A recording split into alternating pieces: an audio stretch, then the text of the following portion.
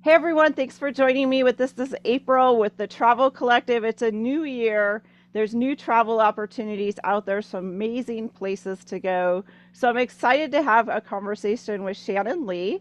Her website is Adventuring with Shannon, and we're going to talk about her Victoria Falls tour that she has coming up. So welcome, Shannon.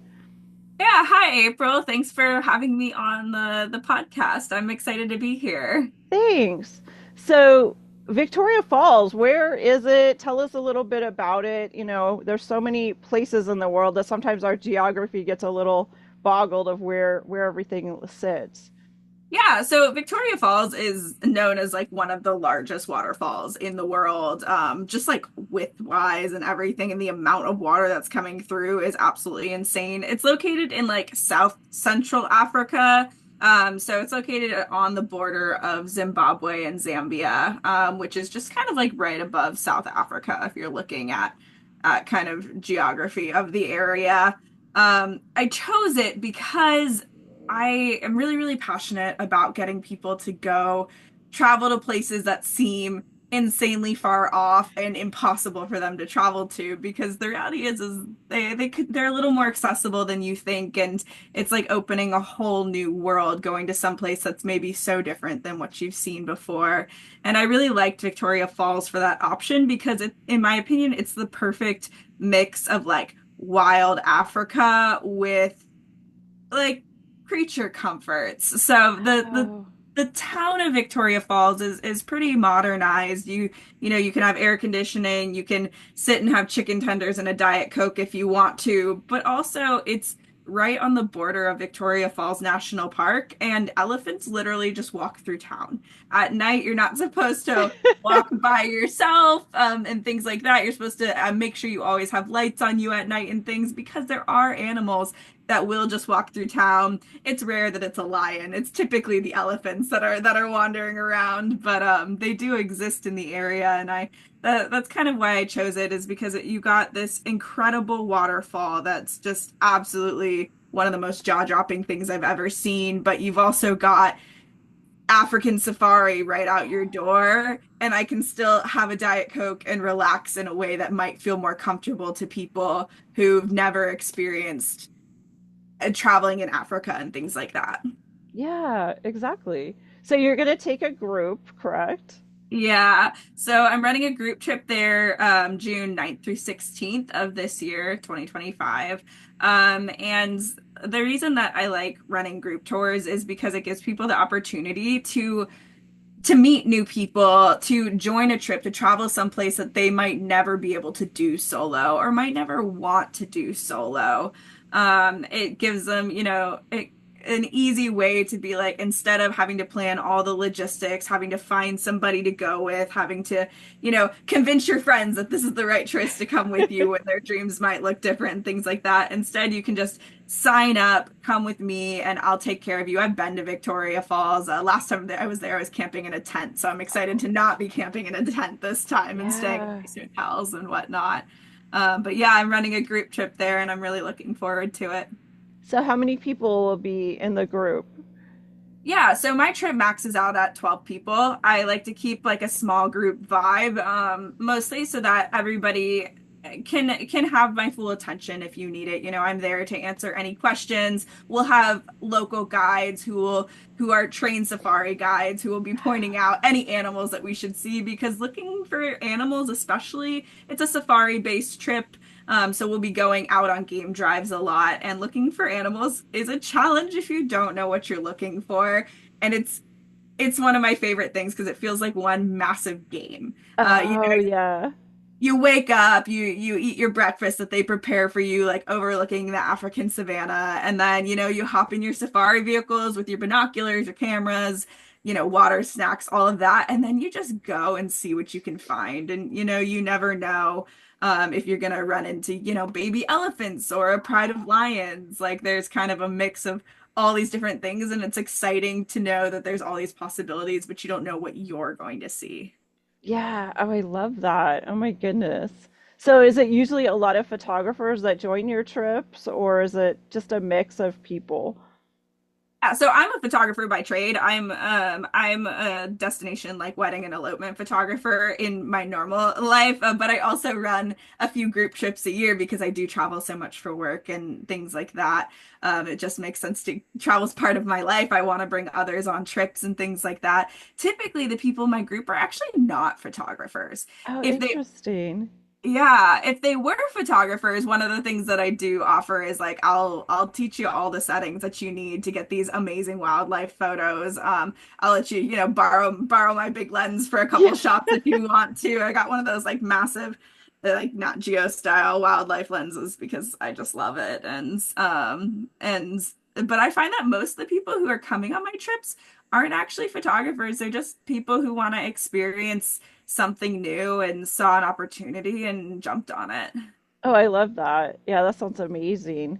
So, what kinds of foods do they have in these parts of the world? I mean, I know you mentioned they do have your like regular American creature comforts, but what are some of the unique things you might get to try? So in Victoria Falls, and one of the things that we'll actually do for like it's typically a surprise, but I'll tell to the podcast. On all of my trips, I like to plan some kind of fancy, fun group dinner. Oh, And in cool. Victoria Falls, one of the places to do that is called the Boma. And the Boma is it's like buffet style African cuisine. And it's designed for people who are traveling to the area to try all the unique items that you can. You can eat a worm, you can eat kudu or impala, like antelope. Right. I actually really liked the kudu. I didn't like the impala last time I was there. But you have the option to like try these unique things. You'll find that like throughout most of the trip, you'll eat foods that are familiar to you. In Victoria Falls, you can order a latte if you wanted. Like you can you Yeah. can you can walk to a coffee shop, get exactly what you're looking for. But then once we go, so we'll base in Victoria Falls, but for part of the trip, we're actually going to go out to safari lodges and spend the nights in both Chobe National Park in Botswana and Hwange National Park in Zimbabwe. Each of these parks are only 2 hours away from Victoria Falls. And it's nice to go to stay the night, to be able to do night game drives and see what kind of wildlife comes out into like the African bush at night, and also wake up and to the sun rising over the savannah, and like being in the national park is just something so incredibly special. So when we got into the parks, we'll actually have a team of chefs that will cook for us. They'll cater to any dietary restrictions, but you'll typically find that you'll be eating like rice, veggies, meat, beans, veggies, meat, your typical like staple health ingredients, with then some like nice little surprises and juices, special breakfasts over the savannah, Oh, mixed in. sounds so amazing, so cool. And assume too, being out in the middle in these camps, it's pretty dark at night. I'm admiring your background picture. So just seeing the blanket of stars and just hearing different sounds takes people out of, what we're used to here. Yeah, and we're staying in nice accommodations, but when you're in like the actual African bush, which the African bush is just the term for like the African wild area. Like it's, it could be savanna, it could be a little tree-y, but it's the wild area of Africa. You're not seeing, a ton of houses and things like that. And I just totally lost my train of thought. What Oh, was I the was talking I about the got night, like the night skies and just oh the right. difference. Because like when you live in a city, I lived in LA for years, and it's just you get used to like just the sounds of that, but then you go somewhere quiet, even in the country, and it's just it kind of just your senses are exposed to different things. Oh yeah, and the night sky out there is just mind-blowingly. It's just one of those jaw-dropping things because in the cities we have light pollution, which is, the more light we produce, the less ability we have to see the stars because the stars shine brighter like when it's dark. You have ability to see more stars that are further away and things like that. Like the background that I currently have, it was done in Zion National Park. I do astrophotography for fun. I do all photography because that's my whole life. But yeah, and the reason that you could see so much Milky Way with your camera, because your camera can see more than your eyes, but you can still see the Milky Way with your eyes, is because it was so dark and there wasn't any lights out there. It's just rocks and desert.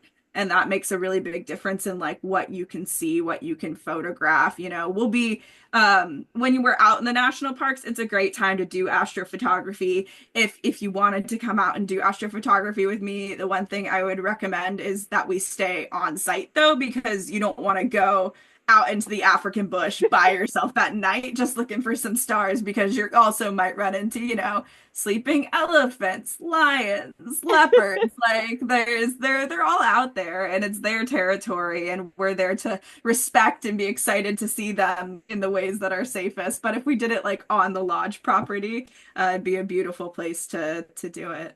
Yeah, that just sounds amazing. Or even just to sit out there. I think some people, just to sit and let their eyes adjust and observe what they can see is just a magical experience. Yeah, especially like in when we're in those national parks, we'll be doing like nighttime campfires, just sitting, reminiscing on the day, looking out what we can hear at night, because it's so dark you won't be able to see, but see the stars and hear the noises and whatnot, and see, what kind of birds are still awake and things like that. It's just it feels really nice to disconnect when you're out there, because while I'll have cell phone service and we might lose it in some areas, but for the most part we'll have cell phone service, and in Victoria Falls we'll have Wi-Fi. For the most part our phones aren't out. Yeah. We're all these hours ahead. I think it's like a third. I need to double check. It might be like a 9 hour time difference from me now. But you're all these hours ahead from everyone else behind, so you're not on your phone, you're not checking your text messages, you're not worried about that. You just get to be fully present in this amazing place that, it really is a bucket list destination. It's all these things that make your jaw drop. It's all of these experiences that people just dream of, like going on an African safari, Yeah. seeing elephants in the wild, like searching for lions in the wild. Like those are all really awesome bucket list experiences, and you just get to be present in them, which is one of the reasons I love going to places that feel more remote.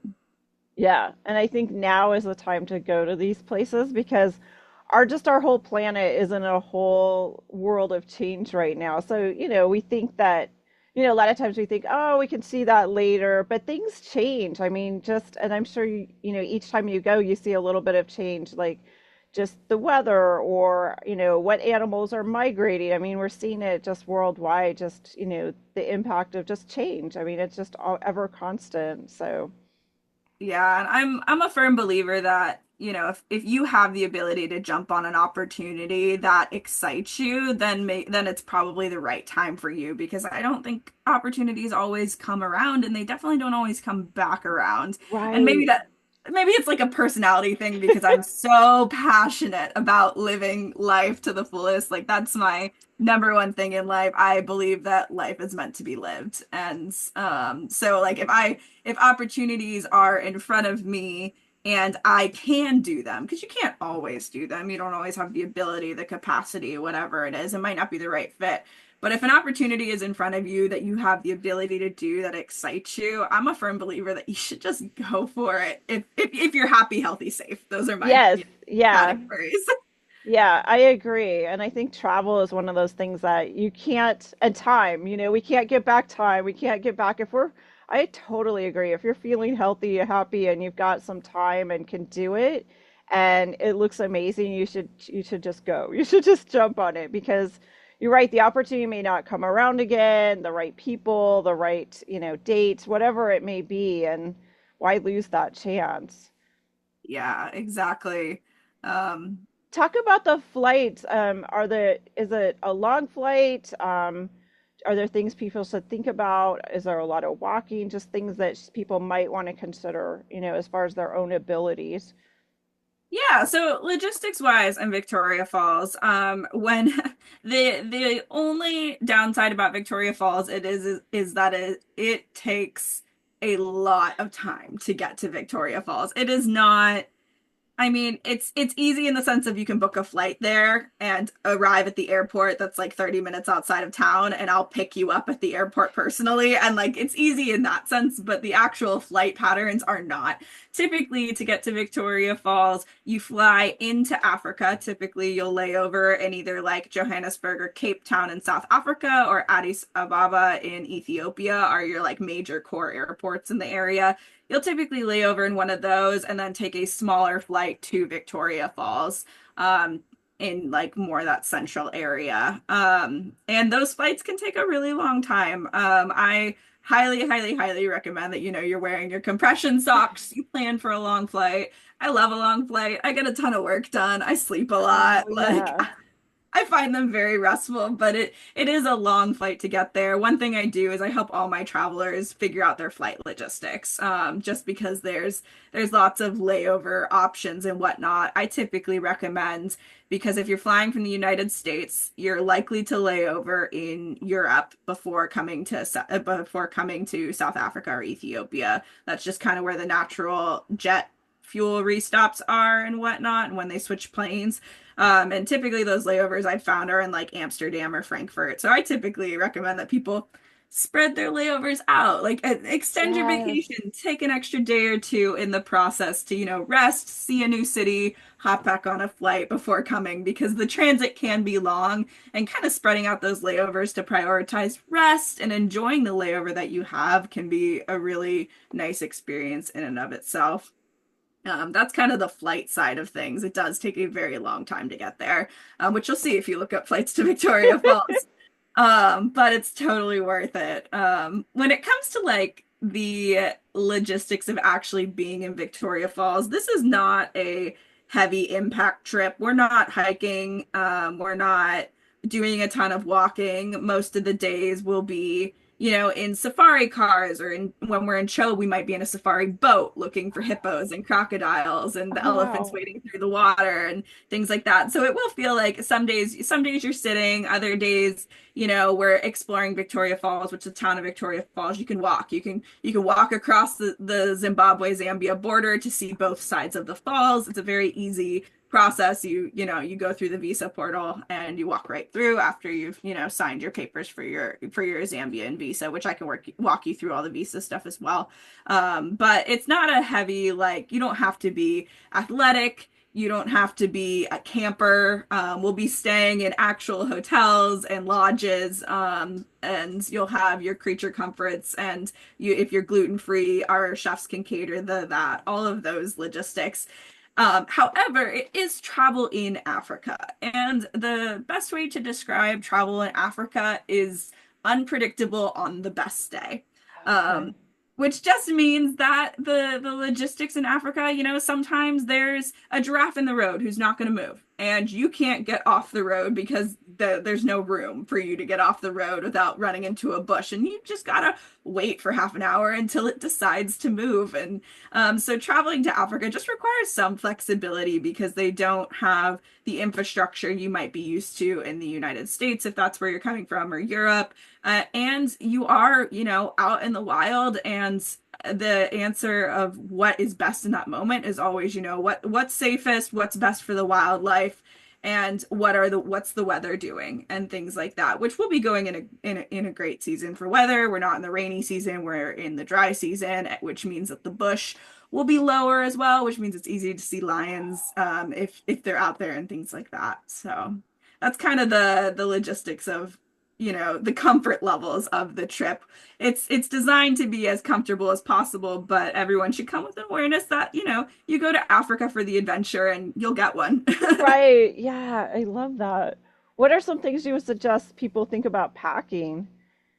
Oh yeah. So Which I I'm mean, sure once people sign up to, you'll go over it again, but just to give people some thoughts. I mean, we see pictures of the old cartoons for Safari, but there's probably some things that are important to think about. right. I mean, when it comes to packing, the kind of things you want to think about are one, comfort items for you for that long flight. I would say that those are worth the space in your bag.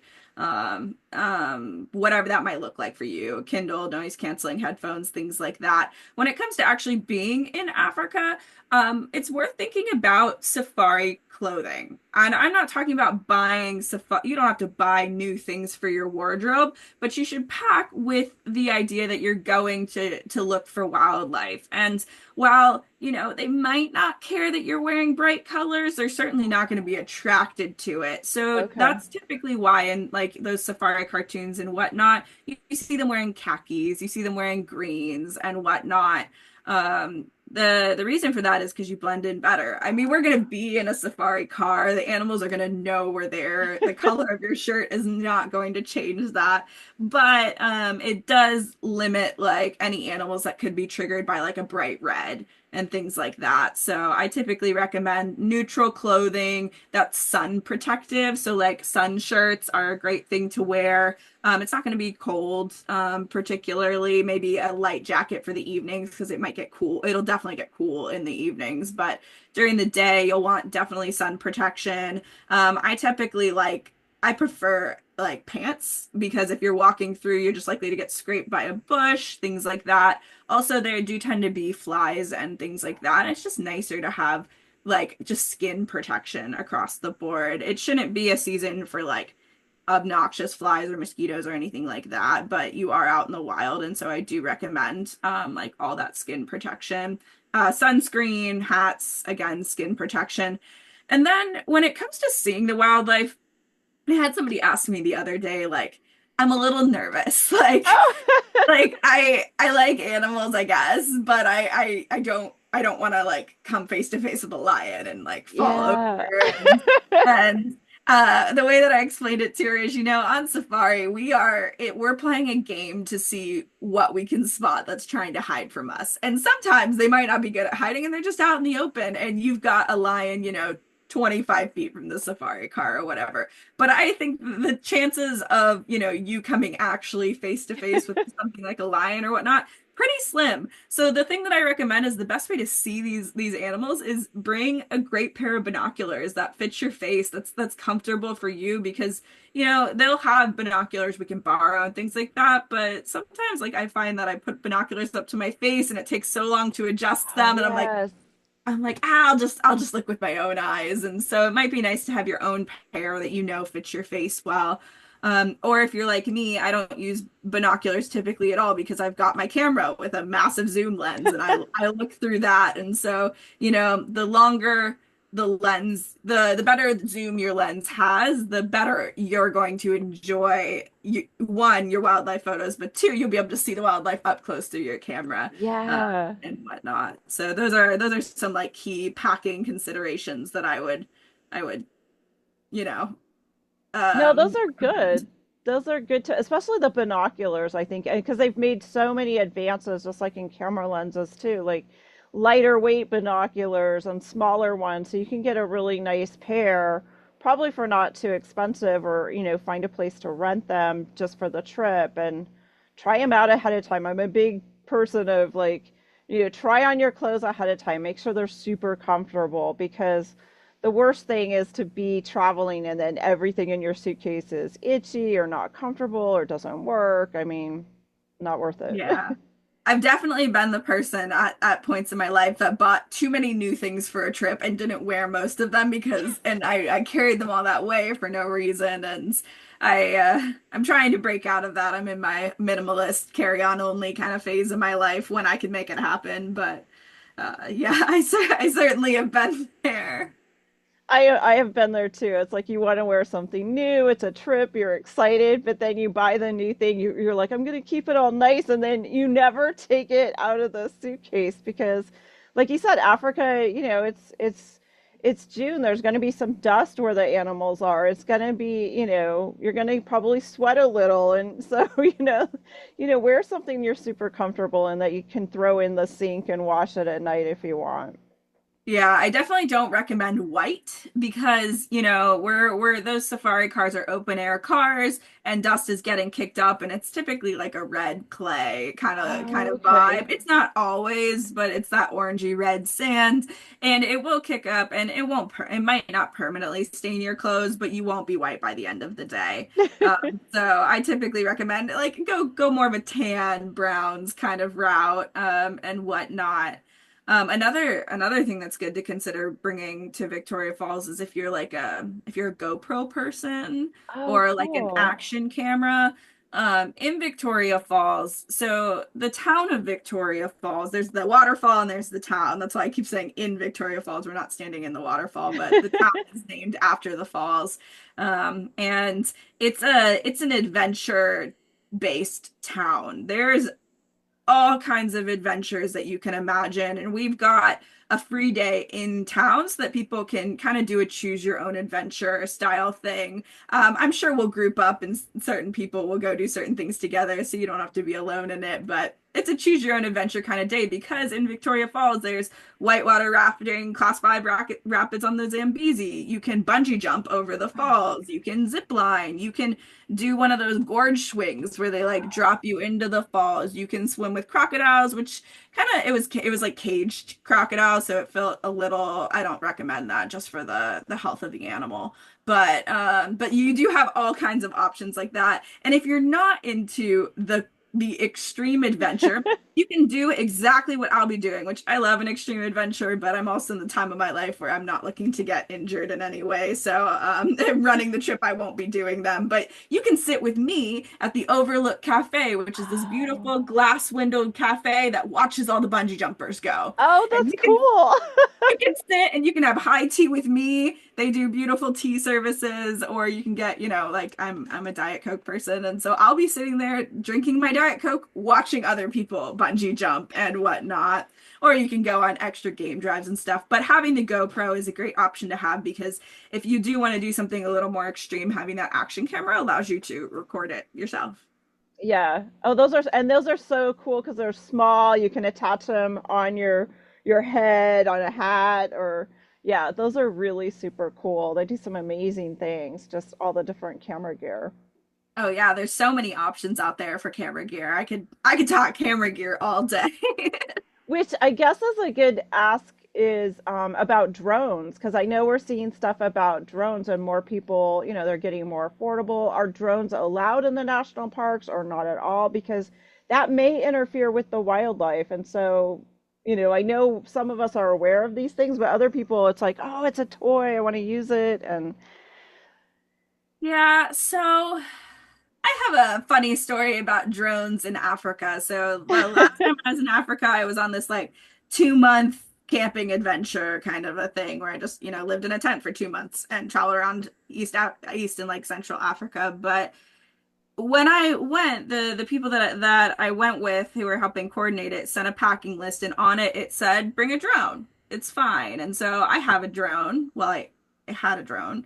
And so I brought it and I flew into Uganda and I landed in Uganda and on Uganda's website it doesn't say that drones aren't allowed. It's they have a list of prohibited items and right. drones aren't on it. And so I flew into Uganda, I landed there, and immediately immigration pulls my bag aside, takes the drone out, says you can't have this. You have to go get approval from the army to keep it. Um, and they sent me on my way and took my drone. And the answer was that I probably should have bribed them, like to get it back. Like Oh, that's the answer because it was like there was nothing I can do when the authorities take it from you, but it also actually wasn't the law. They just took it and it was in the airport on arrival. Like there was nothing I could do, kind of a thing. So I personally will not be bringing another drone to Africa because mine got taken and insurance said, well, you need a police report. And I uh, said, the police took it and they go, well, that's on you. So that's my drone story. So I don't personally recommend them. However, there are areas where you can fly drones. You can't fly over Victoria Falls because it's a flight zone. There's an airport within 30 minutes. There are helicopters that go over the falls, which we'll actually be taking. One of oh, the things I'm offering cool. all my travelers is we're going to take a helicopter over the falls because part of the reason it's so cool is how massive it is. And Well, the yeah. best way to see that is from the sky. So while you can't fly drones over it because it's a flight zone, we will be actually going aerial above it. And so you can bring your own cameras and photograph through the helicopter as well there. Oh, I Um, love that. That's amazing. and then in the national parks, it's probably a park by park basis whether or not you can fly a drone there. Typically, the recommendation is you don't fly over animals. So like if an animal was in a distance, that could probably be okay if they allow it for the drones, but you can't fly directly over top of them because it could irritate or scare them and things like that. Yeah, that's what I would be thinking. Oh my gosh, what a story though. It's like we've Yeah. all had those expensive mistakes though, things that fall, things that, I don't know where I was and somebody, maybe they posted their video where their camera fell in the rushing water and it's just, there's nothing you can do. It's just gone. It's just, I've done that too. I was photographing in Iceland and I had my camera on a tripod and I was like, well, I'll get a better view of this waterfall if I just stand in the river. And I was like, it's not going very fast. It'll be fine. And so, I set my tripod up in the river, put my camera on it, and then I'm like, a wider lens would be nice. And so I go to change lenses and I dropped one into the water. Just oh right. no. God. So I've had lots of different camera mishaps over the years, but the drone one is a very unique story that I think was a huge lesson for me that not all countries operate the same way, and maybe I should have learned how to bribe somebody before I showed up to Uganda, but that was that. No, but in the moment you've just arrived, they're authoritarian, you're in a foreign place, I probably would have reacted the same. Your heart's pounding as it is that they took your bag and who knows where it's going and what's happening. And so to even consider bribing is like it's so far out of my not my realm. Right, and I landed at like 1 a.m. and I didn't do the recommended thing that I said, split your layovers up, take your time getting there. I'd done it in all one just Oh, like 2 3 hour layovers all the way there, and I was exhausted. Um, I don't believe that that should be an issue in Victoria Falls. It's a less remote area. It's a very tourist centric city. Like they protect their tourists, and there's something to be said for, like true African hospitality. Like they want people there. They want people to come enjoy. They want to protect you. Like people look out for you. I personally walked Victoria Falls totally solo by myself, day, night, and I always felt safe in that town because they look out for you and whatnot. So I don't believe in this area that we're heading to that immigration will take your drone. right. However, I will, if you consider bringing a drone, I will review all of the logistics with you before you bring that with Yeah. you. And I think that's a super great idea if you are thinking about flying somewhere that's super far like that, like multiple hours, like find that city, whether it's Amsterdam or Frankfurt, which are both amazing places, and add in Mhm. an extra day or two so that you do arrive rested or you have some downtime before you just jump in. I mean, we all think adrenaline's going to carry us through, but a few days in, you might just be exhausted and then you're not enjoying everything as much. So, Yeah, I personally am trying to live by that as well, and not just recommend it to others. I'm flying to Vietnam next week, and I live in Florida, so to fly from Florida to Vietnam is a very, very long, I fly into San Francisco, and then I have a 17 and a half hour flight from San Francisco to Singapore. And when I was booking those flights, I was looking at all the options and I'm like, okay, I have to lay over. The plane does not go directly from, Florida to Ho Chi Minh. It's just not going to happen. And so I was looking at the layovers and and when you look at layovers when you're booking flights and you see, oh, there's a 6 hour layover, but it's from like midnight to 6 a.m. yeah, Like you're not sleeping. And then there were some layovers that's like 8 hours in Manila in the Philippines. I'm like, I would love to see the Philippines. right. It's too bad this layover is also from midnight to 8 a.m. Oh, and no, things like right. that. So I actually booked all one-way flights to Vietnam and back, and to intentionally and strategically plan my layovers. So since I knew I was going to have to lay over in either Hong Kong, the Philippines, or Singapore, I decided to lay over in Singapore because I've never been and I want to go, and we're going to spend 3 days there and then continue to Vietnam. Because once you see where the layovers are when you try and book the one flight, you can be like, okay. I think it might cost me the same if I just booked, these one-way flights and Yeah. then created my own personal layovers that allow me the rest that I personally know that I need, as well as the ability to see someplace new without really having to plan a trip just to see that place. Right. Yeah, exactly. Oh, I love that, Shannon. That's so exciting. So tell everyone if they're interested in joining you in Victoria Falls and do all of these amazing things, where what your website is, how to reach out to you, all of those things. Yeah, so if you're interested in joining me, which, I highly recommend. It's going to be a great time. Like I'm so excited. I've, run trips in the past to Spain and Peru, but I would say that this is my heart trip. Like this is the trip that I am more passionate about than any of the other ones because it is just so incredibly amazing. Like it's just so cool there. But if you're interested in coming and you want to reach out, you've got questions or you just have questions about travel or Africa in general, my website is adventuringwithshannon.com. And you can also find the trip information there as well as contact information for me. You can reach out to Shannon at adventuringwithshannon.com or adventuringwithshannon at Gmail. I use both of those. But you can also find all the information on my website for the trip as well, including like itinerary and some logistics and whatnot. Great. Well, super excited to have you share about the trip and highly recommend it. So thank you so much for sharing, Shannon. Yeah, and thanks for having me on. This was really fun.